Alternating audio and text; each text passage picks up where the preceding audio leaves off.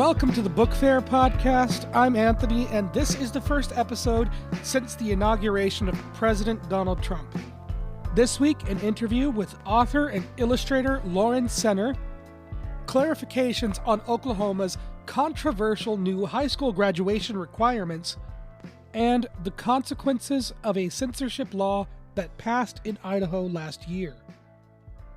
Beginning first with an interview with Lauren Senner, illustrator of the new children's book, The ABCs of Women's History, written by Rio Cortez. Good morning, Lauren. How are you doing today? I'm doing well. How are you? I'm doing fantastic. To start us off, would you like to introduce yourself to the audience and talk a little bit about the book we're going to be discussing today? Sure. My name is Lauren Senner. I am a children's book author and illustrator. I am here today to talk to you about The ABCs of Women's History, our new book out with Workman Kids. Okay, and when it comes to the ABCs of Women's History, you were the illustrator for this book along with the writer Rio Cortez. What was the collaboration process like working on this book? Sure. So this is our second book together. How it kind of works is we have our editor between us, but I get the manuscript, which is a poem from Rio. And from there, I sort of begin to map it out. This is a book that has 26 different spreads in it, one for each letter of the alphabet. So it's, kind of imagining how to bring some of the themes and people and ideas that Rio shares about in each letter to life. So we kind of go back and forth. I work in sketches to begin with, and I share those with my editing team, my art department team, and then we get, Rio will take a look, and we all kind of think about how, we're feeling about that. And, there'll be some revisions, and we'll add people in, and it's collaborative. So she'll have people she wants to put in, and then I have some people I think would be great to, just help to tell the story more. And, from there we kind of narrow it down. I mean, it's really hard to make an ABC book and include every amazing woman in it. So it is a lot of editing. And from there, then I kind of go to color, and I do my color, and then we have the book. It's kind of the process in a nutshell. Right. And when it comes to compiling the women to include in the book, what were some of the people that you contributed to the final product? Yeah, sure. So, I get with the manuscript, it's a poem, and I get a couple, I'll get some people that I know Rio really wants to include. But, with each spread, I kind of went in and found ways to add, to help bring these women to life and tell their story more. For example, for D is for Dreaming, which is about women artists, we knew we wanted to include Alma Thomas, Frida Kahlo, and Georgia O'Keeffe. But from there, I thought, well, why don't we make a beautiful gallery setting and try to include more women artists, which is, to include all the women artists and all of our contributions would be hard. But it was a great way to bring in people like, Judy Chicago, Cindy Sherman, Faith Ringgold.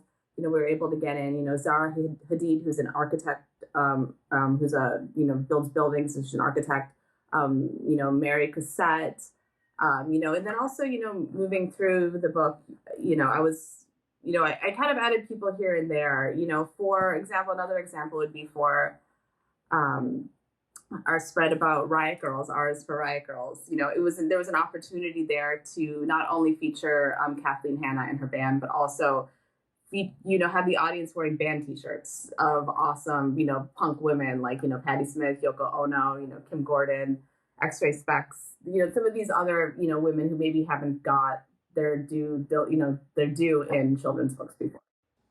Is there a particular spread in the book that really resonated with you when it came to sketching, illustrating, and the whole process? I'm asking you to pick your favorite of your children so here. Hard. It's so hard. I think, everyone you work on sort of becomes your favorite. But I will say, N is for no, never again. We are not going backward. Nope. When I saw that beautiful, prose that, the text that Rio wrote, I thought to myself, no, this is going to be a powerful image.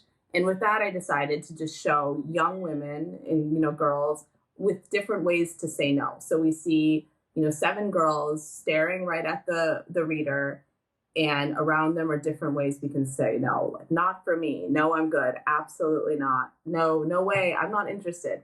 And so this is a part of history and more of a theme idea of women having to say, no, I'm not going to do this. And, no being a full sentence.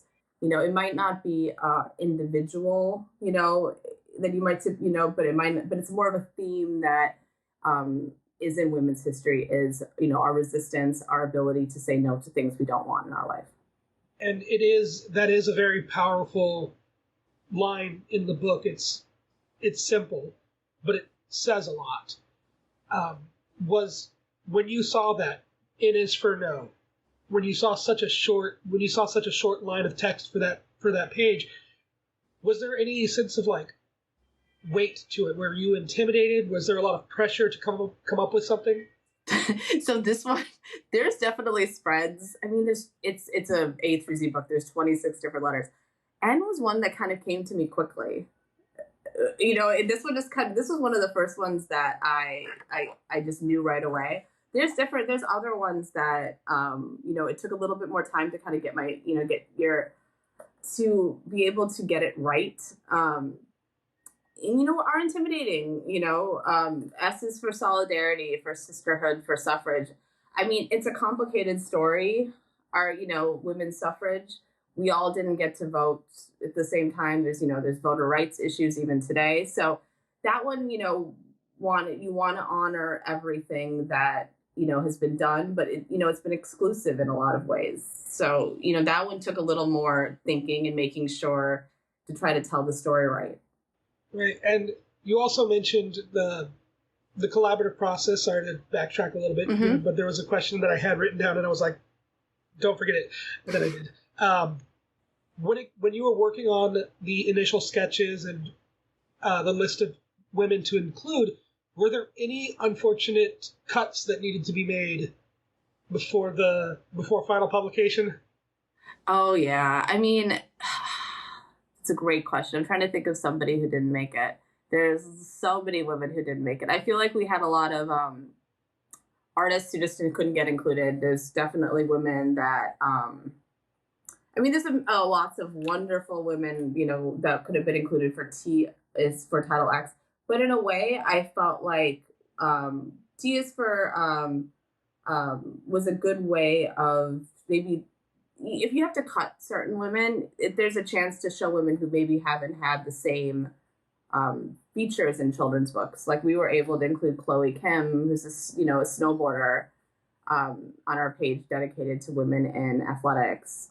And, so that was, I feel like, maybe we didn't get, certain individuals in that are more, household names, but you can't, include everyone. And you sort of have to just say, I'm not going to include everybody. And that's just the way it is. Right. And a book like this, The ABCs of Women's History, it is an incredible conversation starter between an educator or a parent, mm-hmm. or a guardian and a young reader.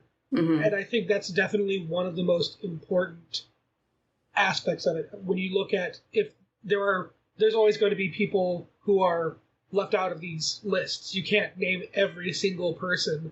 So it does always open up that conversation of who else can you think of to put there? Who else mm-hmm. belongs in this pantheon of amazing people? And that does also bring me to the question of, with ABCs of women's history and also the ABCs of Black history, in your opinion, what is the significance of these books? What is it that makes these important enough to publish, and not only publish, but create a series out of?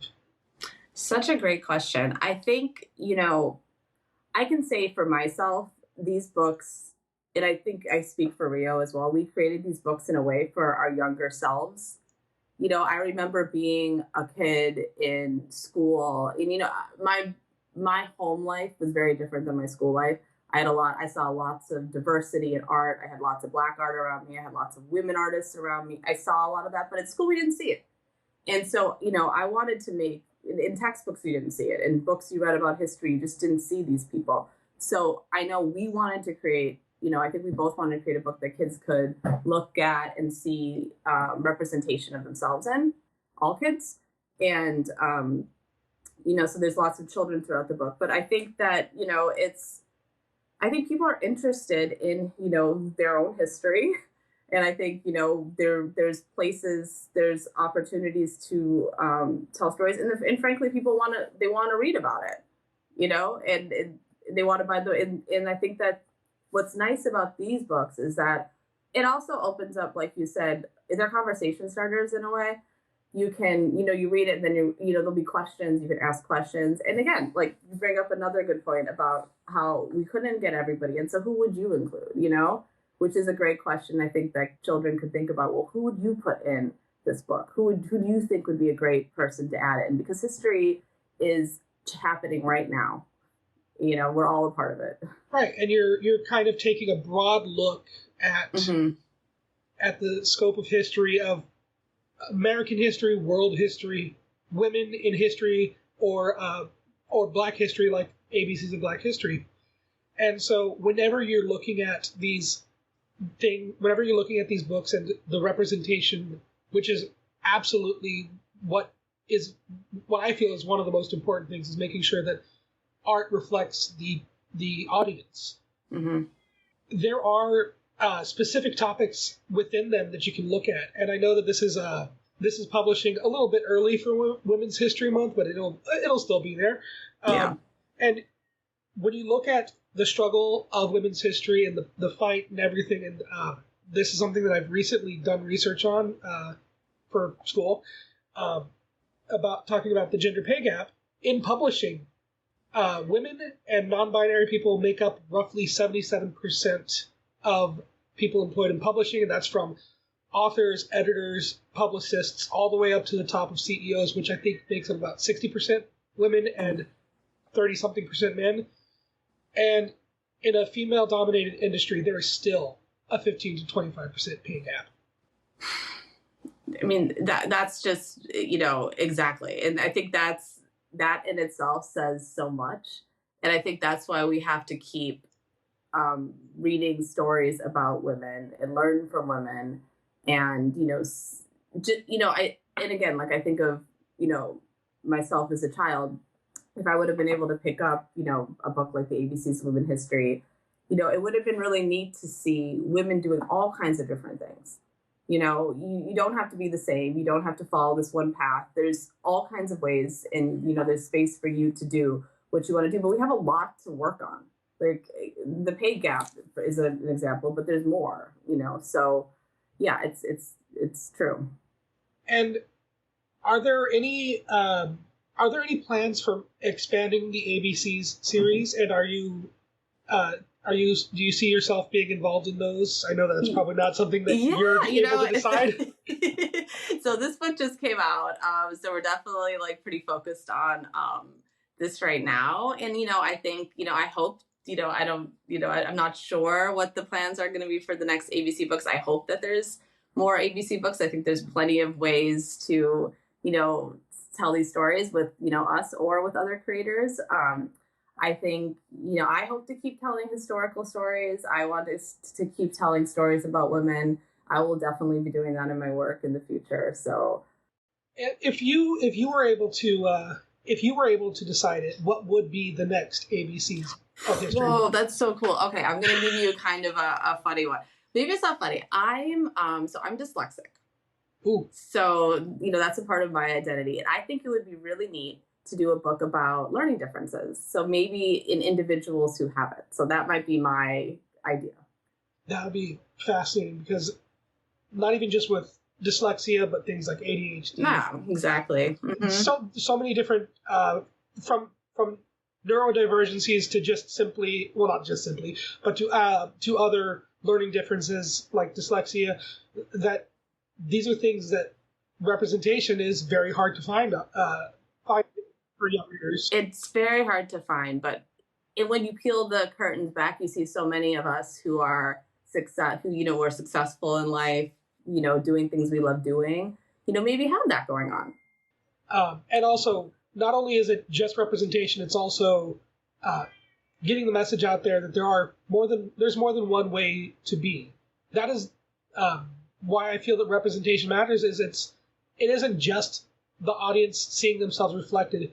It is teaching and practicing empathy. I strongly believe that empathy is natural, but it's a muscle that needs to be stretched. 100%, definitely. And we do that by exposing ourselves, exposing children to lots of different things. That's why diversity and not just matters so much. Yeah. And it's the world. Like, people can pretend what they want, but I don't know. I walk outside and nobody looks the same to me. So everyone's different. And, people can pretend what they want. But, what reality is, what the facts are, is that we are a diverse world. And lastly, this is a bit of an open-ended question, so take it however you want. Lauren, how do you see yourself and the work that you do as both a writer and an illustrator?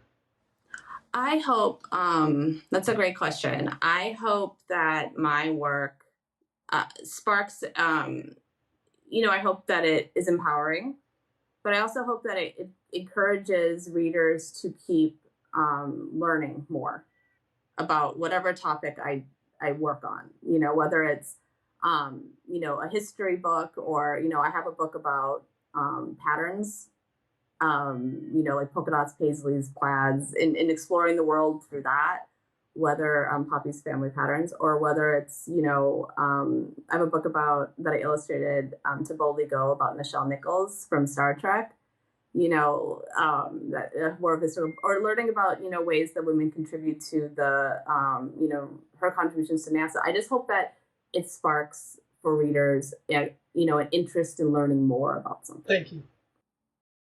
That was an interview with Lauren Senner, illustrator of The ABCs of Women's History, as well as The ABCs of Black History. You can find her books on Amazon or wherever major books are sold. Coming next, new releases and headlines. But first, if you appreciate the Book Fair podcast and the work being done here, there are a number of ways you can help the podcast grow. First, you can review or leave a rating wherever you are listening now. You can also follow the podcast on Blue Sky at BookFairPod, or by going to patreon.com/thebookfair. You can follow the podcast for free and find links to resources used in the episode. However, if you wish to provide any monthly contribution, it would be greatly appreciated. Of course, the best way to help the podcast grow is simply by sharing it with a friend, an educator, or a young reader in your life. Now on to recent releases. Beginning with Danilo Was Here by Tamikka Burgess.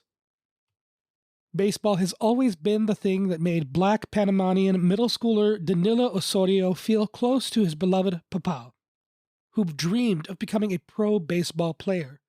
But when Papa immigrates to the U.S. for work and severs contact, Danilo loses interest. He instead worries for his overworked mama, whose job at Supermercado leaves him responsible for his younger sister Amara.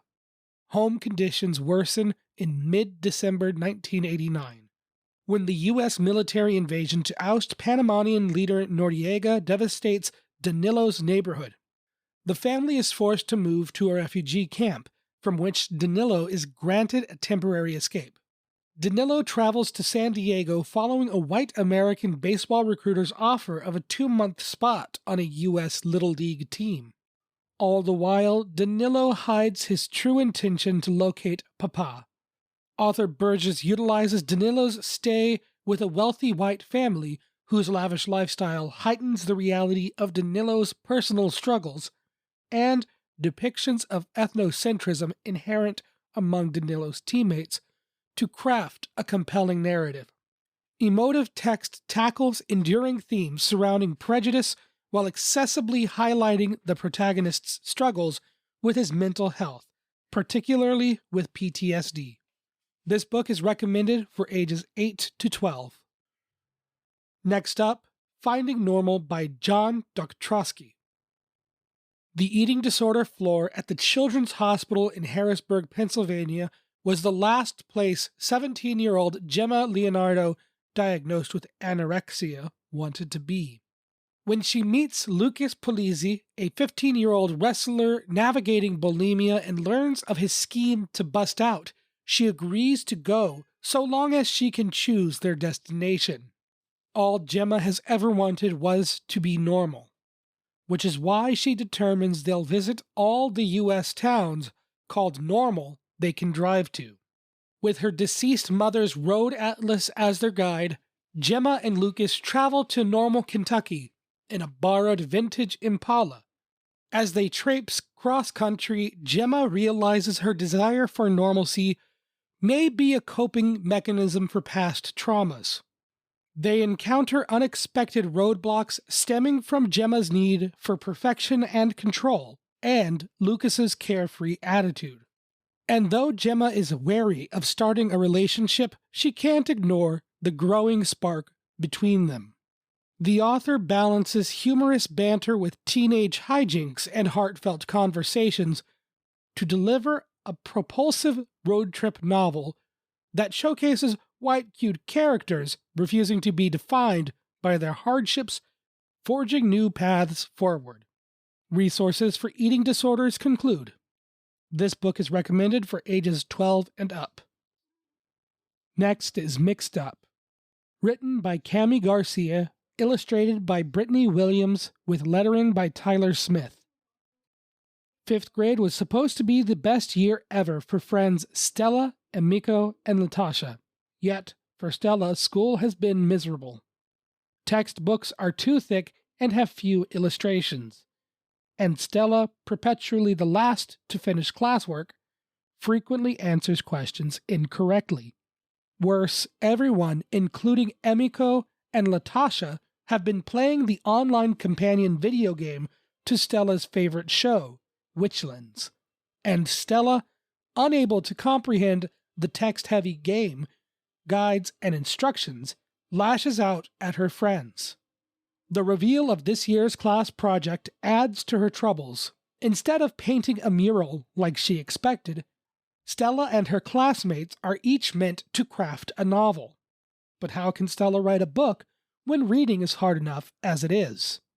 Visually diverse characters play the role of supportive family and friends in this empathetic graphic novel by Garcia and Williams, which offers sensitive insights into one girl's experience with dyslexia via effervescent jewel-toned illustrations. This book is recommended for ages 8 to 12. And finally, Very Bad at Math by Hope Larson. After giving a rousing speech about fundraising for a class trip to Danger Hollow Fun Park, 8th grader Verity Very Nelson is elected for her 3rd term as student body president. But that was the easy part.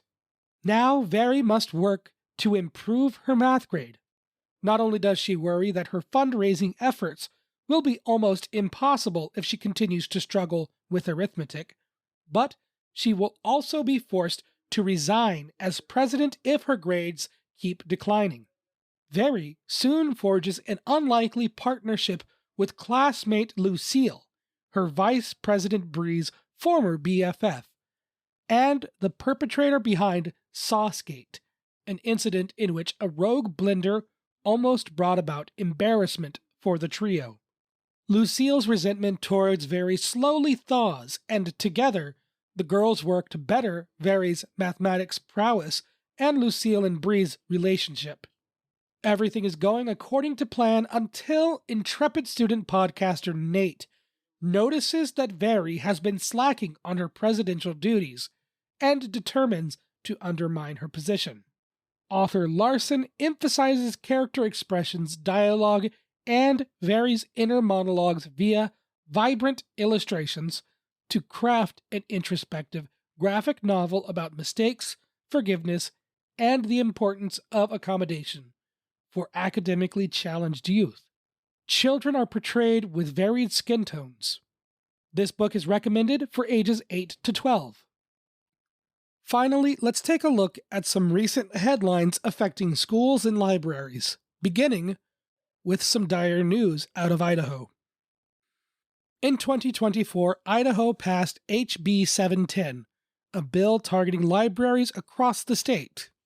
The bill itself uses extremely vague language to dictate what is appropriate, defining sexual conduct as any act of masturbation, homosexuality, sexual intercourse, or physical contact with a person's clothed or unclothed genitals.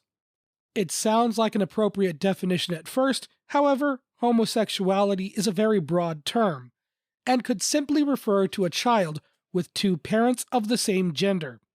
Another strange definition in the bill is sadomasochistic abuse, which is defined as flagellation or torture by or upon a person who is nude or clothed in undergarments, a mask or bizarre costume, or the condition of being fettered, bound, or otherwise physically restrained on the part of someone who is nude or so clothed. Within the bill, the term harmful to minors includes the quality of any material or of any performance or of any description or representation in which any form of nudity, sexual conduct, sexual excitement, or sadomasochistic abuse. The entire purpose of this bill is to prohibit materials from being promoted, given, or made available to a minor by a school or public library. Armed with vague definitions, there will be clear pathways for anyone to object to materials in public schools or libraries. House Bill 710 gives staff 60 days after a complaint is filed to relocate the material. No decision on removal needs to be made before the materials are relocated away from areas accessible by minors. Parents or guardians are also entitled to $250 in damages as well as, quote, other financial damages from the library directly. These regulations have led to libraries to consider becoming adults-only spaces to avoid potential financial penalties. Post Falls Library is one such branch debating an 18-plus room. Kootenai County Libraries is also considering a similar policy, as well as preemptively removing 140 titles for removal. These are the initial side effects of HB 710, with more mentioned in an article on Book Riot linked on patreon.com/thebookfair. Only time will tell how detrimental this Idaho law will be to public libraries and schools. One library board member said that no one under 18 should be permitted in the adults section, even with permission. This board member, Tony Ambrosetti, even said that someone that brings children to pride events are incapable of being good parents. Before we close out, some lighter news, including an update to a controversial law proposed by Oklahoma. This story broke at the end of last year, however, I wanted to wait before reporting until more information was available. Oklahoma Governor Kevin Stitt announced a new initiative called Classrooms to Careers, which was meant to prepare students in Oklahoma schools for careers. He mentioned that this included new graduation requirements for students. To qualify for graduation, a student must meet one of 3 different criteria. They must be accepted into a college or university, they must be accepted or enrolled in a trade school for trade accreditation, or they must be enlisted to join the military after graduation. 2 key aspects were not made clear when this story first broke, and thus did not get reported on widely. First, the new initiative did not clarify whether there were exceptions for students enrolled in an IEP or individualized education program. Second, it was only ever listed as an initiative. There were not, as of yet, any laws or administrative programs in place.